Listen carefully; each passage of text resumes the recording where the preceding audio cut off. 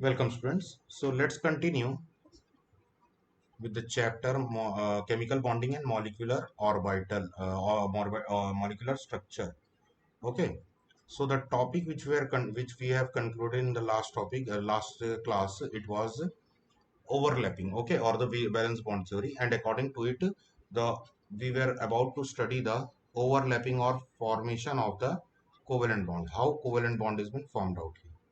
So uh, the main thing which we are going to study is that the covalent bonds are formed due to overlapping of atoms. Okay, when two atoms, let's say this is A atom and this is B atom, they are forming a covalent bond. Here the main thing will be that A and B, they will be overlapping with each other in order to form the covalent bond there. Okay, for example H2, O2, all these are the examples. Okay, so how this overlapping is taken place and what are the different types of overlapping which can be taken place. So two types of overlapping are there. Two types of overlapping are there. The first is the head on overlap, and the second is axial overlap. Okay, head on overlap, and the second one is axial overlap. So let's talk about the first head-on overlap, or SS suborbital overlap. So as we know that the shape of the s orbital is sphere. Okay, so when two s orbitals are overlapping with each other, okay, so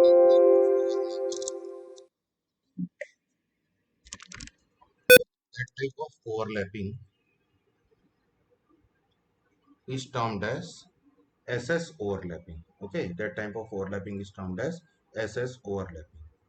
And this type of overlapping, okay, this SS overlapping, which is head on overlapping only, okay, you can see that it is head on overlapping, and hence it will be termed as sigma bonding. Okay, it will be termed as sigma bonding.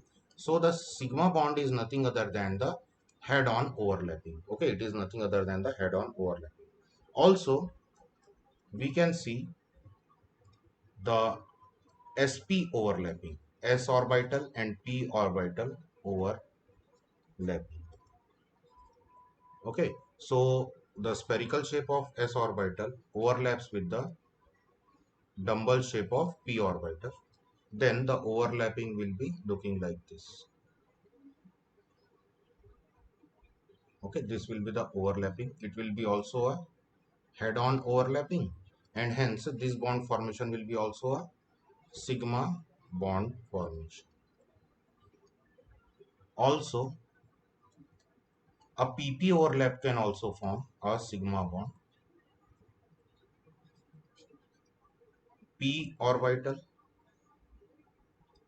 and one more p orbital, when they are overlapping with each other, so they can also form a head-on overlapping like this.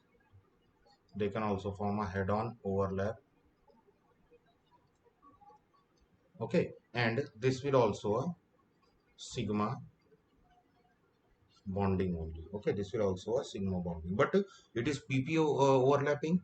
The before it was a sp overlapping, and before it was ss overlapping. Okay, so head-on overlapping is termed as sigma bonding. Okay, this kind of bonding are termed as sigma bonding, or it is termed as axial bonding also. It is termed as axial bonding. The next type is the pi bonding. Okay, pi bonding. Pi bonds are also termed as sidewise bond or lateral bond. Okay, it is termed as sidewise bond or lateral overlap. Okay, lateral overlap. So The p orbitals generally forms the when p orbitals are overlapped with each other but in sidewise form, okay, like this. When they are overlapping with each other but in the sidewise form like this, then they are forming the pi bond, okay. And for pi bond, the structure of this particular p orbital will convert to something like this.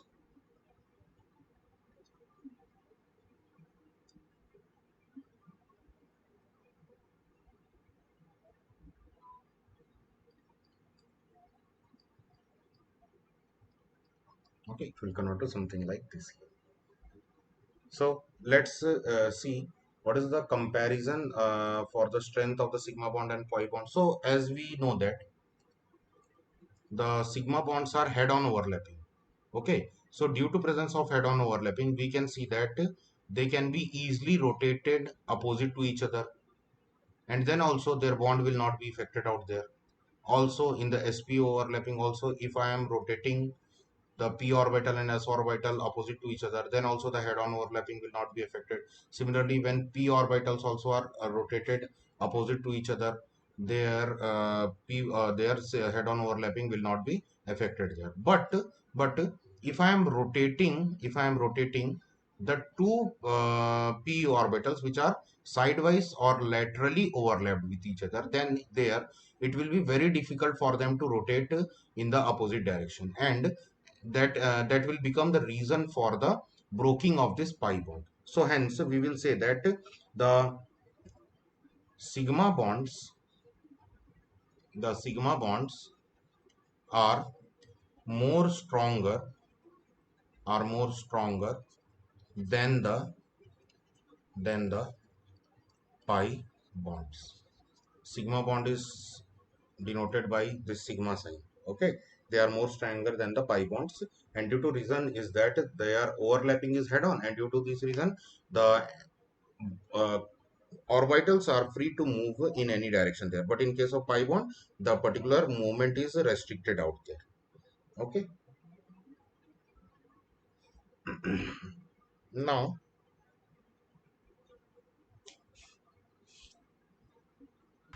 so the next topic which we are going to discuss here is the hybridization, which was also explained by Pauling only, and it was explained under the valence bond theory in order to explain the shape of the different compounds or molecules which is formed there. Okay, so let's discuss about the hybridization.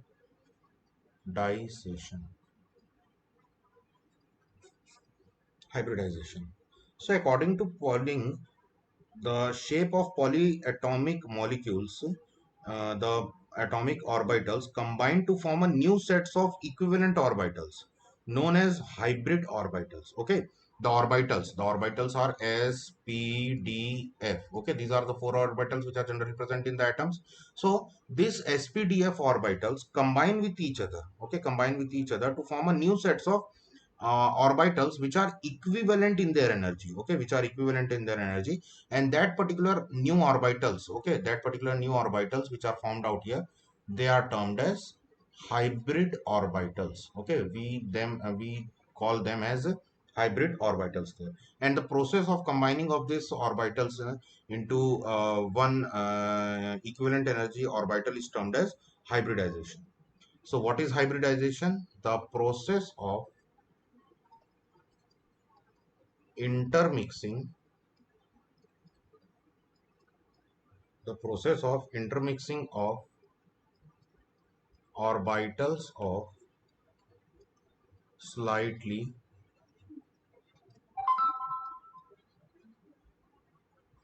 different energies so as to redistribute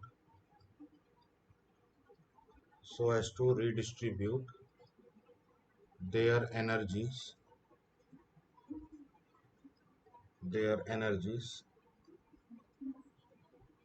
resulting in formation of resulting in formation of new set of orbitals, new set of orbitals of equivalent energies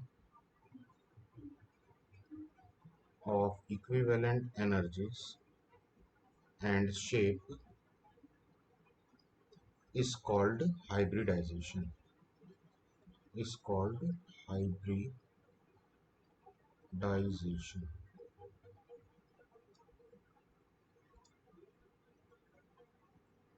Let's see what are the characteristics of hybridization.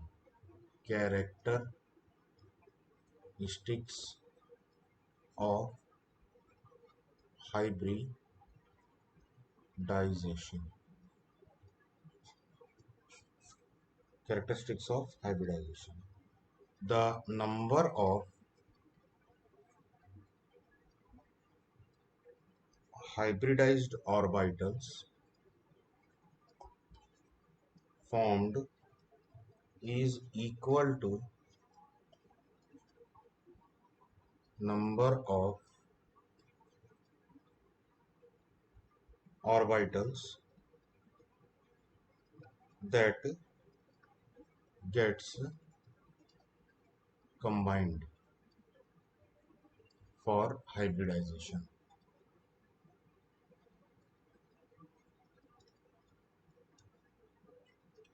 The hybridized orbitals are always equivalent in energy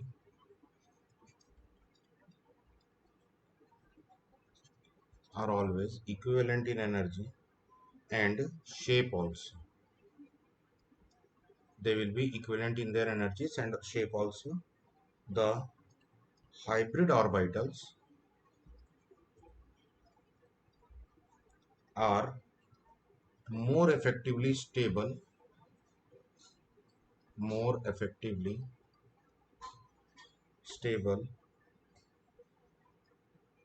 bond forming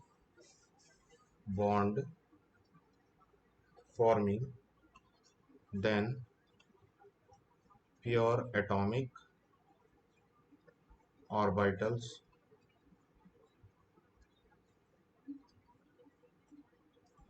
Fourth, the hybrid orbitals are directed in space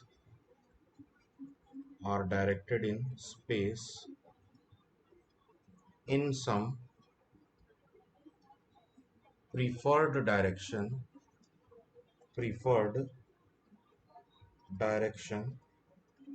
to have stable arrangement. Okay, to have the stable arrangement.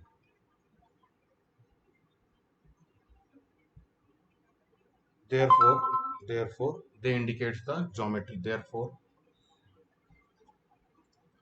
they indicate the geometry of molecules also.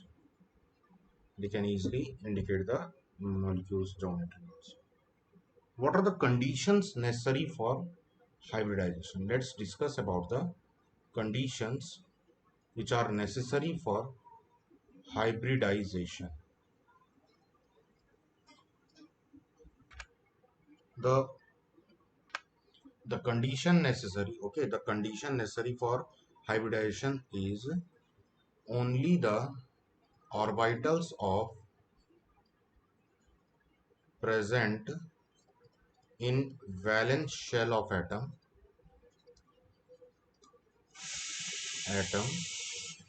are hybridized. First thing is that only the orbitals which are present in the valence shell of the atom, they only hybridized. The orbitals undergoing hybridization, okay, the orbitals undergoing hybridization should have small differences in energy. Okay, they must have very small differences in the energy. The orbitals which differs largely in energy cannot be hybridized. Okay, they cannot be hybridized. Okay.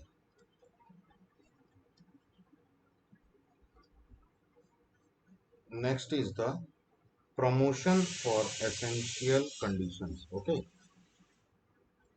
promotion is not essential for prior hybridization. Promotion is not essential prior for hybridization, and it is not essential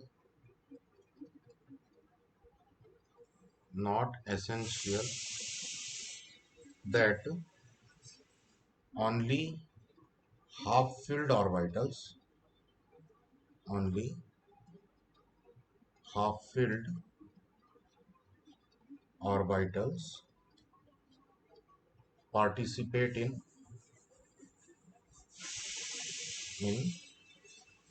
hybridization.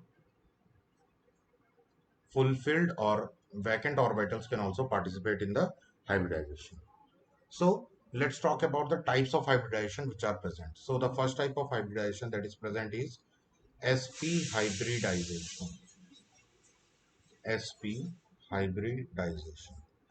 Okay, so sp hybridization, what is sp hybridization? By its name only it is understandable that one s orbital and one p orbital are being combined together to form this hybrid orbital. Okay, so the s orbital here, it is having spherical shape. The p orbital is having dumbbell shape. Okay, so generally the z orbital can the z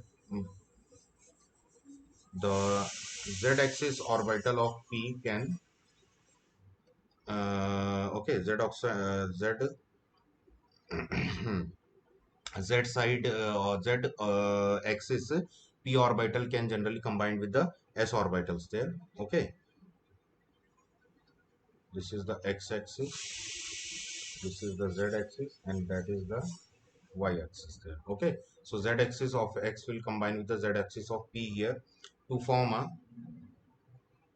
hybrid sp orbital with nodes here. Okay, so these are the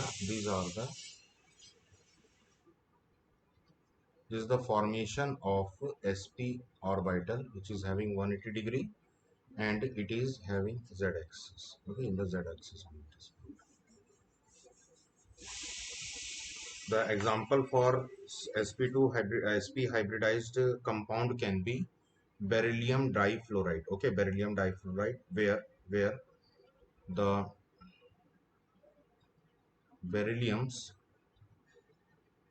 s orbital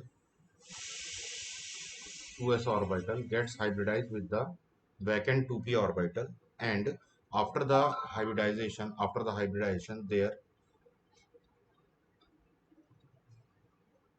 we will see that two half-filled orbitals will be formed out here. Okay, two half-filled orbitals will be formed out here, and one s orbital will hybridize with the other p orbital here to form sp hybridization. Okay, sp hybridization, and here one electron in its excited state will change its orbital from s to p orbital. Okay, now a new sp hybridized orbital there. Here the structure of the beryllium will be something like this. For the beryllium orbital will be something like this.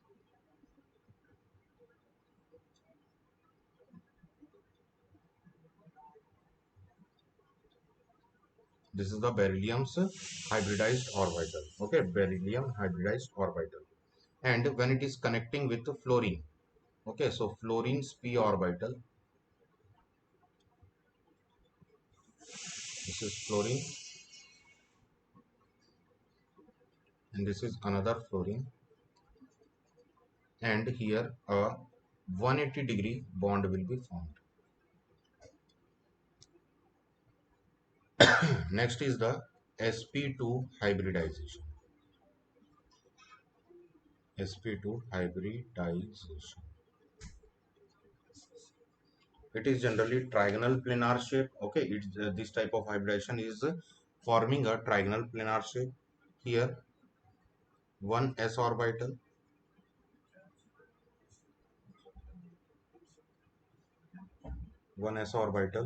will combine with two p orbitals. Okay, two p orbitals, and the one p orbital will be from the z axis. Okay, this is the z axis, p orbital, and the other p orbital will be from the x axis.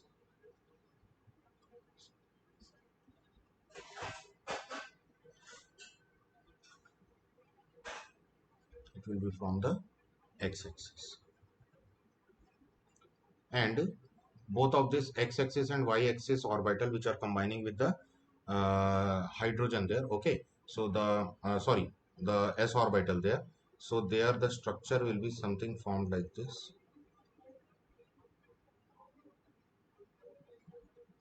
and here the spherical s orbital will be present, which will be further hybridized to the structure of a trigonal planar structure, which will look something like this.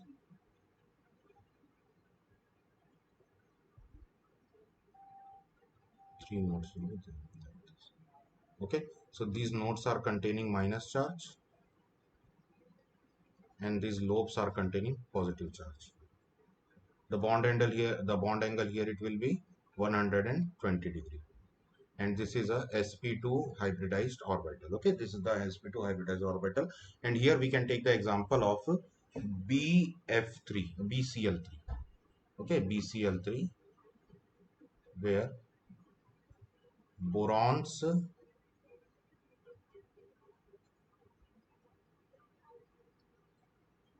borons sp3i. Okay, so here 2s orbital of boron containing 2 electrons, and 2p orbital of boron that is containing only 1 electron. Okay, one half filled shell is there. So here these two orbitals of boron will combine with each other to form sp2 hybridized orbital.